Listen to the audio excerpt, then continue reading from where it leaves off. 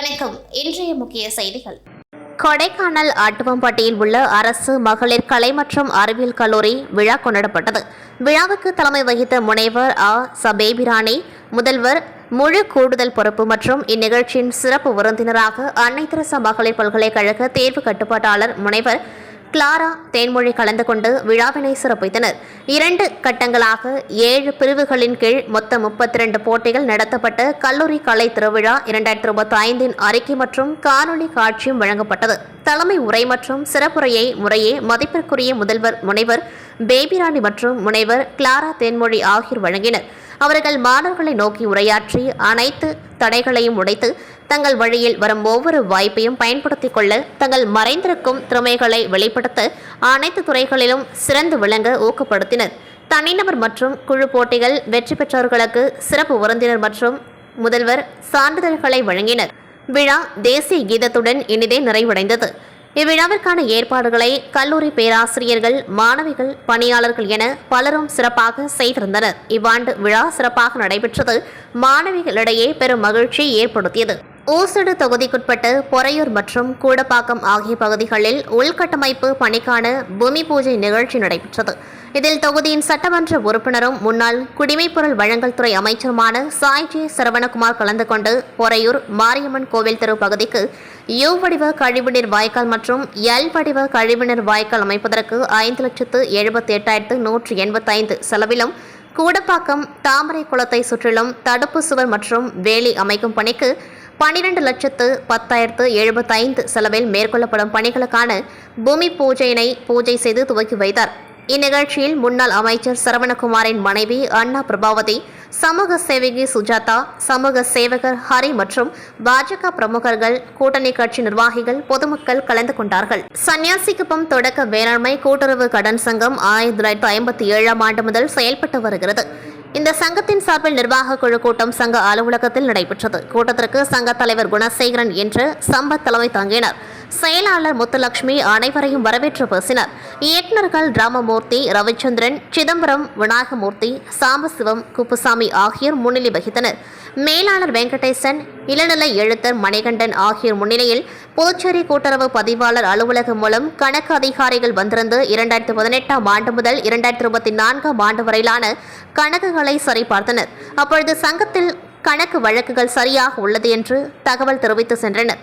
கூட்டத்தில் பல்வேறு தீர்மானங்கள் நிறைவேற்றப்பட்டன. அதில் முக்கிய தீர்மானமாக புதுச்சேரி முதலமைச்சர் ரங்கசாமி இந்த சங்கத்திற்கு மானிய விலையில் 15 லட்சம் மதிப்பிலான டிராக்டர் மற்றும் மினி டிராக்டர் கொடுத்தமைக்கு நன்றி தெரிவித்து தீர்மானம் நிறைவேற்றப்பட்டது. சங்க நிர்வாக குழு கூட்டத்தில் சன்னியாசிக்குப்பம் முன்னாள் தலைவர்கள் ராமதாஸ், சுந்தரமூர்த்தி, சிவபிரகாசம், ஜெயமூர்த்தி மற்றும் மூத்த விவசாயி சுப்பிரமணி மற்றும் விவசாயிகள், பொதுமக்கள் கலந்து கொண்டார்கள்.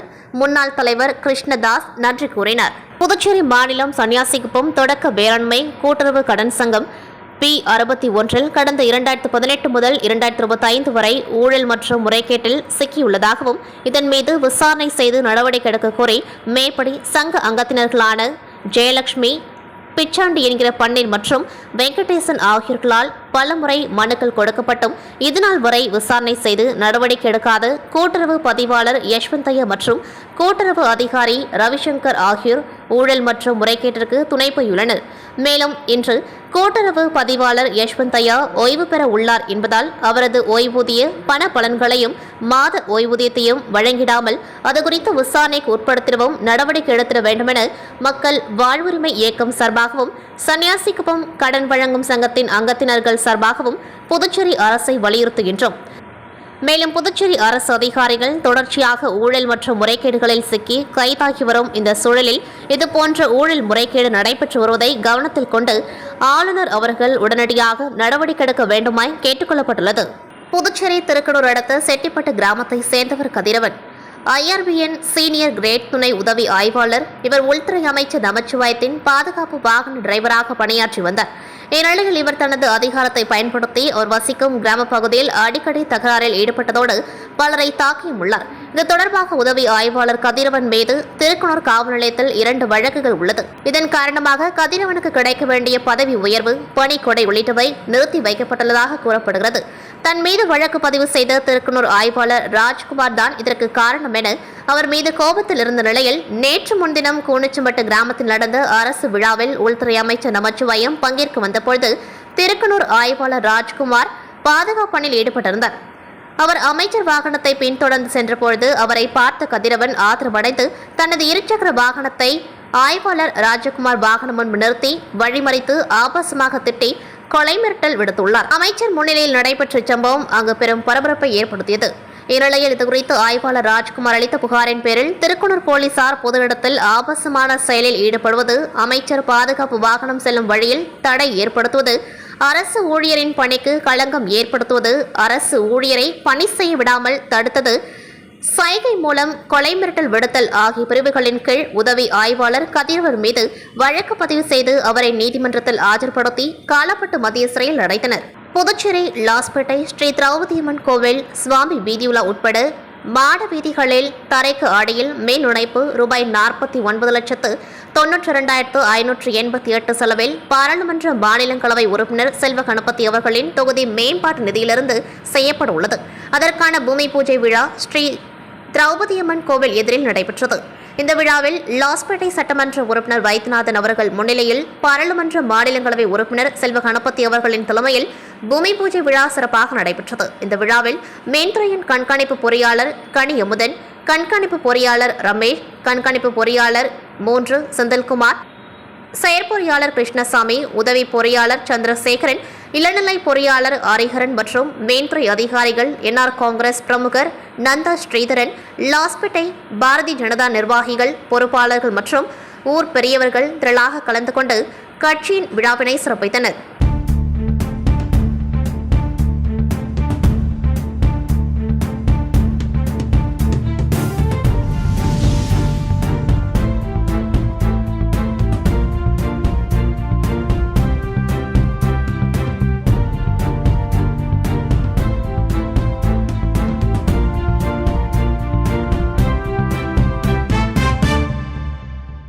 கடலூர் மாவட்ட காவல்துறை சார்பில் சைபர் கிரைம் விழிப்புணர்வு பேரணியை கடலூர் மாவட்ட காவல் கண்காணிப்பாளர் ஜெயக்குமார் IPS அவர்கள் கடலூர் உட்லண்ட்ஸ் அருகில் கொடியசைத்து துவக்கி வைத்தார். பள்ளி மாணவ மாணவிகள் அதிகரித்து வரும் சைபர் கிரைம் குற்றங்களிலிருந்து பொதுமக்கள் விழிப்புடன் இருக்க யூடியூப், ஃபேஸ்புக், இன்ஸ்டாகிராம் போன்றவற்றில் பிரபலமாக உள்ள நபர்கள் தங்களது சுய லாபத்திற்காக அவர்கள் கூறும் ஃபேக் இன்வெஸ்ட்மெண்ட் ஆப்களை நம்பி உங்கள் பணத்தை முதலீடு செய்ய வேண்டாம், உடனடி லோன் பெற கீழ்கண்ட எண்ணை தொடர்பு கொள்ளுங்கள் என்று வரும் SMS மற்றும் லோன் ஆப்களை நம்பி லோன் வாங்காதீர்கள். பிரபலமான நிறுவனங்களில் அனிவர்சரி கிஃப்ட் பெறுவதற்கு கீழ்காணும் லிங்கை தொடரவும். மேலும் 10 குழுக்களுக்கு அனுப்புங்கள் என்று வரும் வாட்ஸ்அப் செய்தி மற்றும் SMS பார்த்து ஏமாற வேண்டாம். OLX, குவிக்கர் போன்ற தளங்களில் 2 சக்கர 4 சக்கர வாகனங்கள் மற்றும் வீட்டு உபயோகப் பொருட்களை குறைந்த விலைக்கு விற்பனைக்கு உள்ளதாக வரும் தகவல்களின் உண்மைத்தன்மை அறியாமல் பணத்தை செலுத்தி ஏமாற வேண்டாம்.